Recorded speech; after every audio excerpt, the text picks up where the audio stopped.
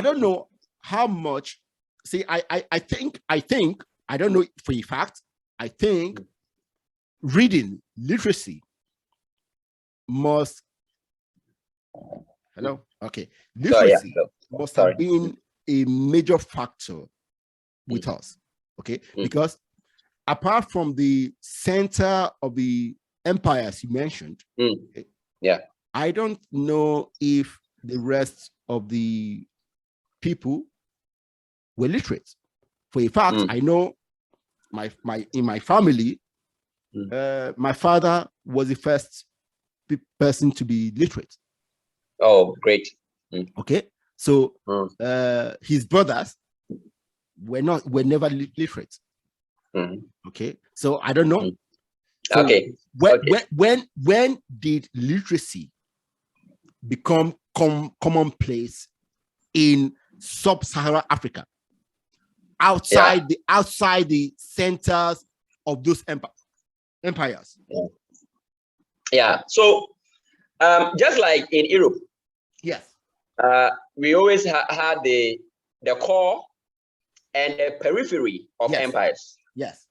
So even with the Roman Empire, Rome and very few urban centers were where the real action took place. Of course. All the villages and the hamlets, even in England. In 1066, when William the Conqueror crossed the continent and entered the Isle and had the fight with Harold and his forces and all that and took over. England was a very, very, excuse me to say, backward place. When they were... That's the truth. Okay, that's the truth. The good thing is that they acknowledge those things because it's true. So at the end of the day, it took time. Yeah. And as a law student, I've come to appreciate the evolution of the common law. Okay. How it's evolved. And then how many African countries are now, let's say, students of English law. So you realize that even now, in the United States of America, they have issues with people who are uneducated as a country. Illiterate, yes. Yes, illiterate. Yeah. And people who can say all the languages, and when you give them a book, they can't read. They can't read it. People in the US like that. So definitely you are going to have that. And even in those days, it was more pronounced that class, education, who is illiterate comes with class, the nobility.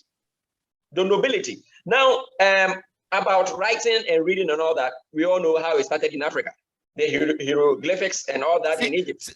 I want you to tell that story, because my what I know is that reading and writing started in Asia. Yeah, the Mesopotamia, Okay, good. This issue is this. This issue, sometimes the timeline, historians have always disagreed on a number of things. Okay. And the fact that the Egyptian civilization comes first is not in dispute. Now, in Mesopotamia, that all has to do with the Nile River, and the Euphrates, and the Tigris. Okay. And how people were able to consolidate themselves around those rivers. Because that's the birth of civilization. Yeah. But no, in terms of the records and what we keep finding, Egypt has stood the test of time. Oh yeah. And now let's come to something. There's a consensus that humans actually evolved in Africa. Yeah.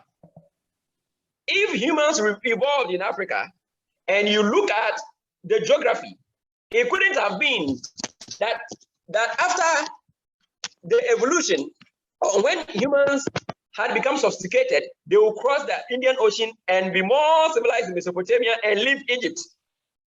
I don't know if you follow what I'm saying. It's in fact, it's something I'm writing a script for a video, and I will contest that with you. Yeah. Okay. No problem. But that is one thing. So at least we've seen a landmass. Yeah. And when we are talking about the geological expansion of the continents, yeah, they are millions of years ahead of humanity. We know that. So it couldn't, unless maybe the ice age, when people will perhaps walk across oceans. However, I wouldn't like us to, broaden it so much. yes. I would say, yes. I would say, I'm enjoying talking to you. Okay. So I would say I hope my audience also appreciate what the things we are discussing, because this kind of knowledge and stories are very important for civilization. Yeah, okay? Of course. And for me, it's important to discuss these different part of the story. These people believe that, and for us to analyze those things. Okay? Yeah, of course.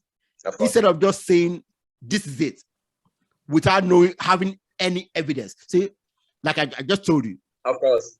When I think about some things, I think about it so much. The next thing I do is to find books about them.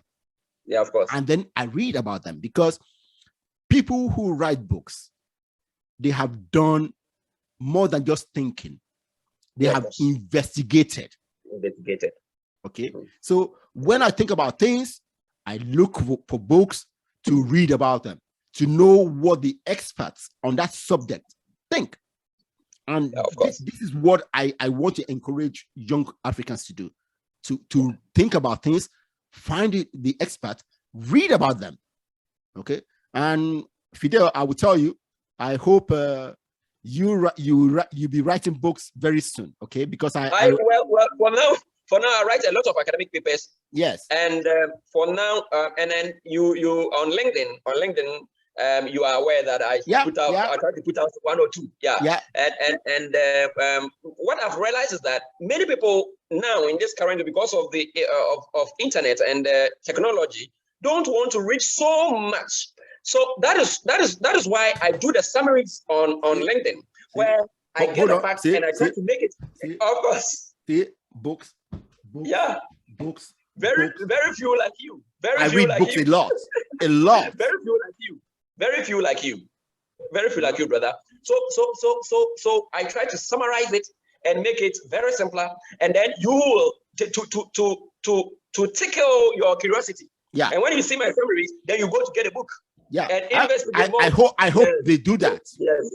I hope they do that because it's important. It's important. Yeah. Yeah. So the Egyptian writing itself went through 3 stages. Yeah. 3 stages. Yes. And so that's what I'm trying to say, that all these things were done. So in terms of literacy, all kingdoms, all empires have been like that. In fact, there were some kingdoms that when you are from a lower class or a lower caste or caste, and you wanted to rise up by being illiterate, and they see you reading certain books, you may it was a treasonable offense in history. Yes. You're jumping from your status. Exactly. Yeah. So these are the things. So for civilization, it has always been like that. Yeah. It has always been like that. Yeah. And so I'll say that on the fringes, definitely you find for instance, the Visigoths, the Vandals, and the Vikings were seen by the Europeans, the Romans, as people who were backward, the barbarians. And actually, those are the people who brought them to their knees. Yeah. And they were not people who were elected.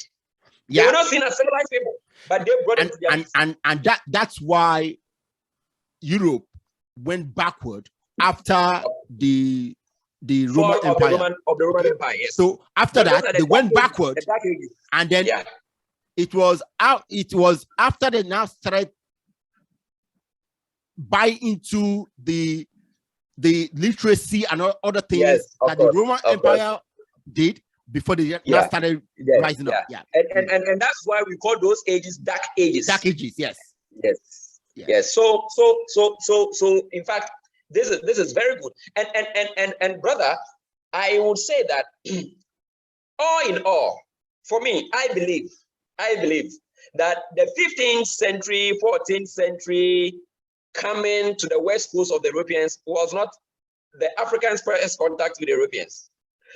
It couldn't have been, as you said, that Northern Africa was always part of the Roman Empire. And there was some trade, even salt. Yeah. Salt was a very scarce commodity. Yeah. Then, and in West Africa, there was abundance of salt. The Odagost market, Odagost. Today, Odagost will be found somewhere in Mauritania and the Senegal border. And that market had salt. And that salt traveled all the way across the Sahara to northern Africa, where it went beyond Africa to Spain and other parts of Europe. Yeah. Yes. So I think I would like to end here for I mean, yeah, so that we go on at something else. Yes. Yeah. Yes. So let's see.